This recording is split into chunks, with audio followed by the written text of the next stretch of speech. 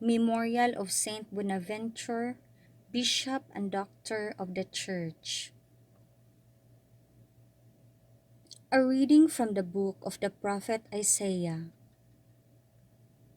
Thus says the Lord, Woe to Assyria, my rod in anger, my staff in wrath.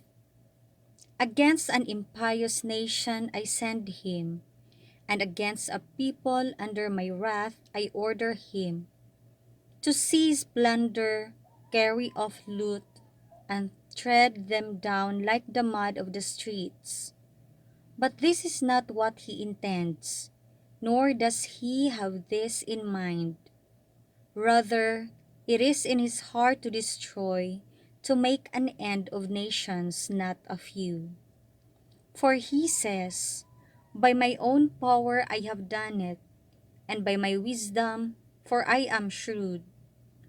I have moved the boundaries of peoples, their treasures I have pillaged, and like a giant, I have put down the enthroned. My hand has seized like a nest the riches of nations. As one takes eggs left alone, so I took in all the earth. No one fluttered a wing, or opened a mouth, or chirped. Will the axe boast against him who hews with it? Will the saw exalt itself above him who wields it? As if a rod could sway him who lifts it, or a staff him who is not wood. Therefore the Lord of hosts, will send among his fat ones leanness, and instead of his glory there will be kindling, like the kindling of fire. The word of the Lord. Responsorial Psalm.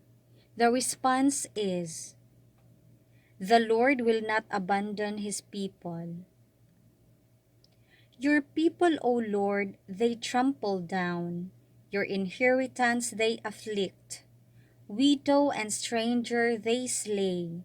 The fatherless they murder. The Lord will not abandon his people.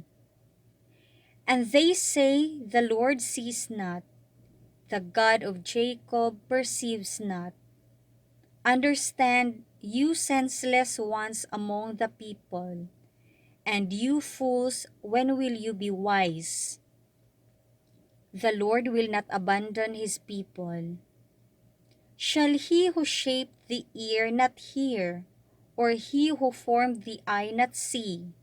Shall he who instructs nations not chastise, he who teaches men knowledge? The Lord will not abandon his people. For the Lord will not cast off his people, nor abandon his inheritance, but judgment shall again be with justice, and all the upright of heart shall follow it. The Lord will not abandon his people.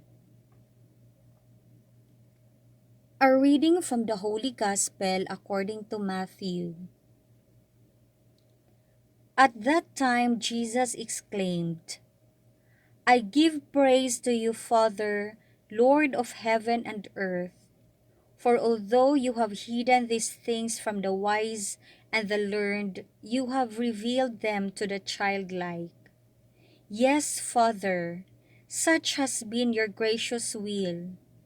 All things have been handed over to me by my Father. No one knows the Son except the Father, and no one knows the Father except the Son, and anyone to whom the Son wishes to reveal him. The Gospel of the Lord.